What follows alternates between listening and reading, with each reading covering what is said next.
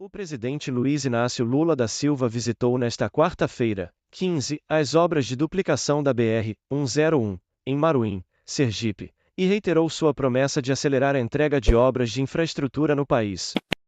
O Brasil não para mais. Vão ser 4 anos que vão valer por 40, de tanto que a gente vai trabalhar, afirmou, fazendo referência ao lema há 50 anos em 5 de Juscelino Kubitschek, que previa grandes investimentos na infraestrutura nacional.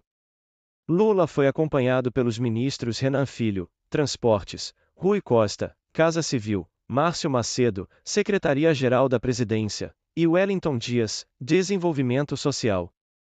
O presidente agradeceu ao Congresso Nacional pela aprovação da chamada Proposta de Emenda à Constituição, PEC, da Transição, que abriu espaço fiscal de R$ 198 bilhões no orçamento deste ano. Renan Filho afirmou que o objetivo é entregar todos os trechos da BR-101 até o fim do governo, e o trecho norte da rodovia até dezembro. O ministro dos Transportes ainda acenou com a duplicação da BR-235, que é considerada uma necessidade do povo sergipano. Lula também disse que o governo estuda com carinho a como colocar em funcionamento o canal do Xingó, em Sergipe, para garantir o abastecimento de água. O ministro Márcio Macedo acrescentou que o ministro Valdez Góes, da Integração Nacional, já preparou toda a parte técnica do canal. O presidente prometeu que a roda gigante da economia vai voltar a funcionar e que o país vai voltar a crescer. Ele disse que vai andar pelo país anunciando obras de infraestrutura, saneamento básico e habitação.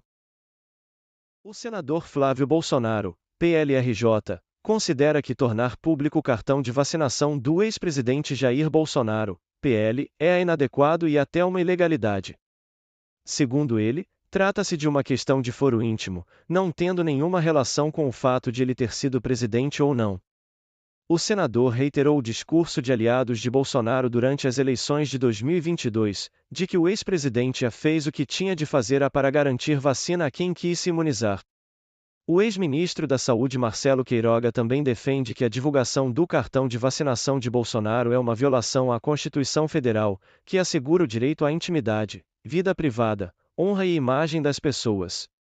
A CGU, Controladoria Geral da União, decidiu retirar o sigilo do cartão de vacinação do ex-presidente Jair Bolsonaro, PL.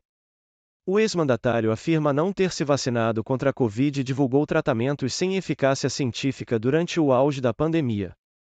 A informação deve ser liberada até o fim da semana, após o pedido de LAI, Lei de Acesso à Informação, para o Ministério da Saúde. Jair Bolsonaro parece estar tentando fazer um truque de ilusionismo para convencer o Brasil a esquecer parte de seus crimes. Em uma entrevista ao The Wall Street Journal, o ex-presidente tentou repaginar alguns de seus atos no poder, ajustar o tom dos ataques à eleição e simulou ponderação ao revisitar sua gestão da pandemia. Bolsonaro sabe que precisa se livrar do peso de sua gestão da pandemia para preservar sua carreira eleitoral, e também que as investigações criminais sobre sua atuação se tornaram um risco maior depois que ele perdeu o foro especial. Por isso, ele tentou disfarçar seu histórico de ataque às eleições, afirmando que só critica o processo por considerá-lo parcial. No entanto, Bolsonaro deve saber que não consegue enganar a justiça com esses disfarces. Mesmo assim, ele tentará posar de injustiçado para manter apoio político. É mais um truque de ilusionismo para tentar convencer o Brasil a esquecer parte de seus crimes. A CGU decidiu retirar o sigilo do cartão de vacinação do ex-presidente Jair Bolsonaro, PL, após uma análise de 234 classificações e informações públicas impostas durante o seu governo. O órgão também estabeleceu uma série de diretrizes, como a de que processos administrativos contra militares se tornam públicos após concluídos, e que a proteção das negociações e das relações diplomáticas do país não podem ser utilizadas como fundamento geral e abstrato para se negar acesso. A informação deve ser liberada até o fim da semana. O governador Tarcísio de Freitas, republicanos, afirmou nesta quarta-feira, 15, que os pobres não entendem o que é direita e esquerda na política e que a classe precisa de soluções para seus problemas imediatos. A declaração foi feita durante um evento do Banco BTG Pactual, ao lado dos governadores do Rio Grande do Sul, Eduardo Leite, PSDB, e o do Paraná, Ratinho Júnior, PSD.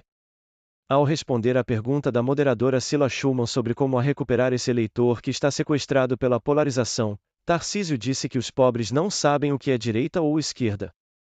Ele precisa de teto, precisa de abrigo, ele precisa de proteção, está precisando de saúde, de resolução dos seus problemas imediatos, de diminuição dos tempos de espera por cirurgias eletivas, explicou. O governador também defendeu que as pautas de direita e de esquerda em muitos momentos convergem e que o debate polarizado faz com que o debate programático se perca. Ele tem abraçado temas que foram demonizados pelo bolsonarismo, como a defesa do meio ambiente, mas mantém fidelidade à agenda do ex-ministro da Economia Paulo Guedes sobre privatizações. Os outros governadores presentes no evento também criticaram a polarização e afirmaram que o papel de governante não é buscar culpado, mas sim buscar soluções. Ratinho Júnior ainda disse que não acredita que a reforma tributária vai avançar e que governos petistas não têm histórico reformista.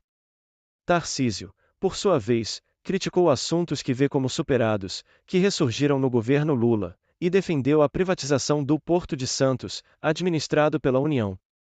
Ele também afirmou que o Estado planeja fazer privatizações e concessões, citando EMAI, Empresa Metropolitana de Águas e Energia, rodovias, trem intercidades ligando a capital paulista a Campinas e parcerias público-privadas como para revitalizar o centro.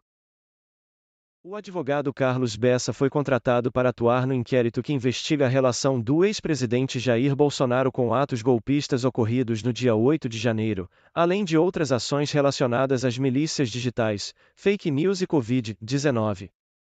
Bessa se aproximou de Bolsonaro por meio do presidente do Partido Liberal, PL, Valdemar Costa Neto, e foi ele quem apresentou ao Tribunal Superior Eleitoral, TSE, uma ação que questionava o resultado de cerca de 250 mil urnas só no segundo turno das eleições presidenciais.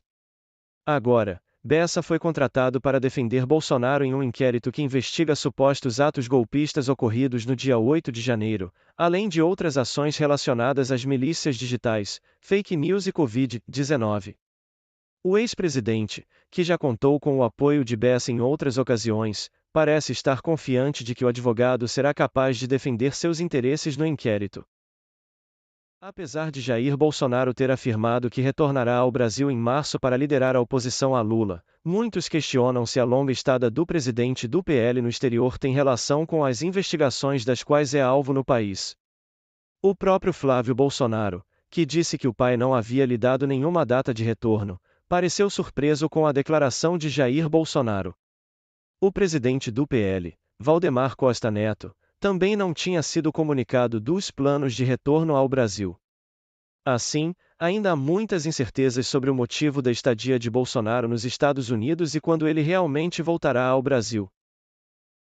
George Washington de Oliveira Souza, um gestor de postos de gasolina no Pará, escreveu uma carta ao presidente Jair Bolsonaro, que foi encontrada pela Polícia Civil em seu telefone celular.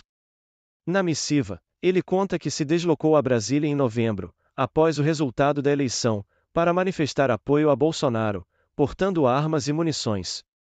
Ele pede autorização a Bolsonaro para permanecer armado no acampamento do quartel-general do Exército e diz que digo jamais para confrontar forças militares, mas para nos defender, mulheres e crianças. No entanto, a investigação descobriu que George Washington e outros bolsonaristas acampados no QG do Exército em Brasília planejaram um atentado à bomba. George teria montado o explosivo e entregue a outra pessoa. O artefato foi colocado em um caminhão de combustível que se dirigia ao aeroporto, mas o motorista do veículo percebeu o objeto estranho e acionou a polícia no dia 24 de dezembro. O explosivo foi desmontado e George Washington foi preso na noite daquele dia. Apesar de alguns advogados acreditarem que Jair Bolsonaro ainda pode se tornar uma peça no xadrez político, mesmo que nos bastidores, e conseguir atenuar as suspeitas que pesam sobre ele, a defesa do ex-presidente ainda não tem dados para rebater os casos que o investigam. Além disso, a animosidade de ministros do STF com Bolsonaro, devido aos seus ataques às instituições e à democracia, torna o ambiente para o julgamento do ex-presidente o pior possível, segundo seus próprios defensores. Bolsonaro admitiu ao The Wall Street Journal que há risco de prisão ao voltar ao Brasil em março, mas ainda assim, Alguns advogados acreditam que existe uma chance de ele conseguir passar este ano a ileso. O Partido Liberal, PL, teve suas contas bloqueadas pelo Tribunal Superior Eleitoral, TSE, para garantir o pagamento da multa de R$ 22,9 milhões imposta ao partido. O motivo foi a rejeição de um pedido do PL para anular o voto de grande parte das urnas eletrônicas usadas na eleição presidencial do ano passado. A liberação das contas só deve ocorrer em abril. Como consequência, o ex-presidente Jair Bolsonaro e sua esposa, Michele, que haviam sido prometidos salários de cerca de R$ 39 mil mensais para atuarem como líderes da oposição ao governo de Luiz Inácio Lula da Silva, não estão recebendo remuneração. Bolsonaro, no entanto, conta com 2 aposentadorias, além de direito a até 8 assessores e 2 carros oficiais. Enquanto isso, Michele foi encarregada de presidir o PL Mulher, mas também não está recebendo remuneração. Ela retornou ao Brasil no fim de janeiro e já começou a atuar no partido, fazendo campanha, por exemplo, para o senador Rogério Marinho, PLRN, na eleição da presidência da Casa. O PL conseguiu a liberação de R$ 1,1 milhão para o pagamento de seus funcionários, nos meses de dezembro e janeiro, mas não inclui a remuneração de Bolsonaro e Michele. Assim, o partido segue com R$ 13,5 milhões bloqueados em sua conta.